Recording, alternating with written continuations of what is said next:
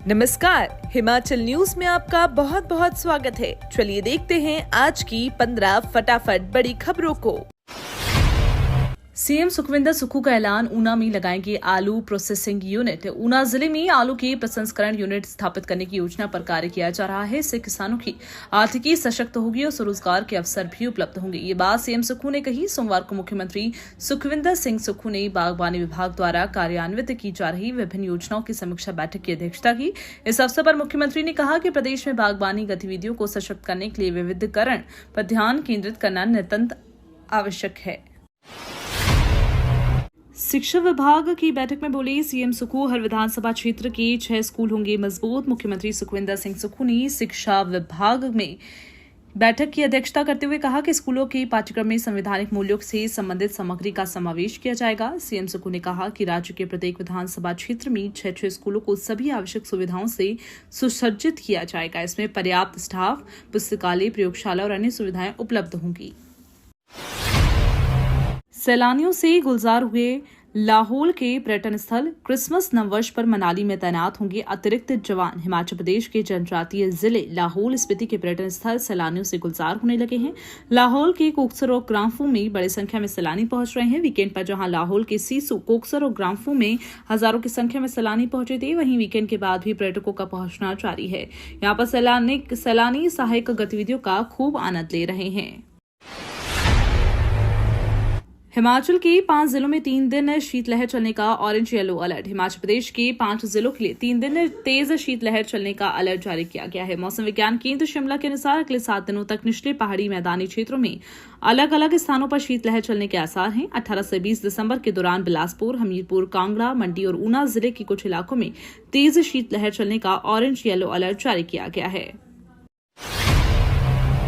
काजा में सूरज की रोशनी से बनने लगी बिजली। काजा में बन रहा 2 मेगावाट क्षमता सोलर पावर प्रोजेक्ट बनकर तैयार हो चुका है। तैयार ही नहीं बल्कि उत्पादन में भी आ गया है और यहां से बिजली को स्टोर करने का काम शुरू हो चुका है। बैटरी बैकअप तैयार करके इसके काजा के लोगों के घरों में बिजली पहुंचाने का दौर शुरू हो गया।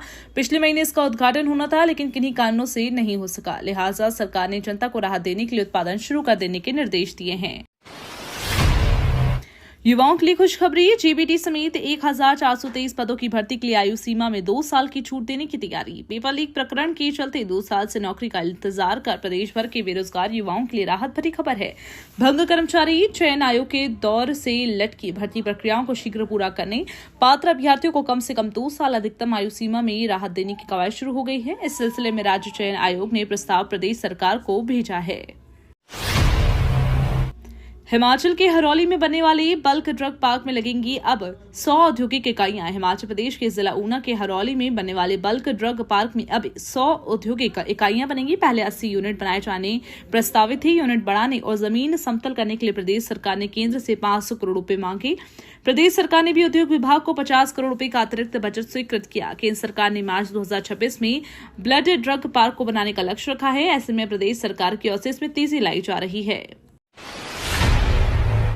Vijay Hazare trophy 7 league match खेलेगी हिमाचल क्रिकेट टीम। मेघालय के साथ होगा पहला मुकाबला। बीसीसीआई की विजय हजारे क्रिकेट ट्रॉफी में हिमाचल प्रदेश की सीनियर क्रिकेट टीम अपने पूल में 7 लीग मैच खेलेगी। पहला मुकाबला 21 दिसंबर को मेघालय के साथ मुंबई में खेला जाएगा। अभी टीम घोषित नहीं की गई है।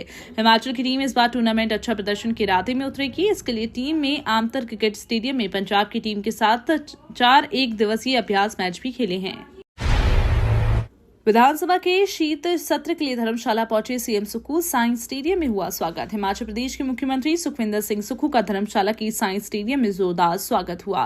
मुख्यमंत्री मंगलवार शाम विधानसभा के शीतकालीन सत्र के लिए धर्मशाला पहुंचे। हेलीपैड पर कृषि मंत्री चंद्र कुमार, आयुष मंत्री यादवेंद्र गोमा, विधायक किशोरी लाल, डिप्टी चीफ विहिप केवल सिंह पठानिया, विधायक संजय अवस्थी, विधायक सुदर्शन बबलू, धर्मशाला से पूर्व प्रत्याशी देवेंद्र चक्की, सुरेंद्र मनकोटिया सहित सैकड़ों लोगों ने मुख्यमंत्री का गर्मजोशी से स्वागत किया।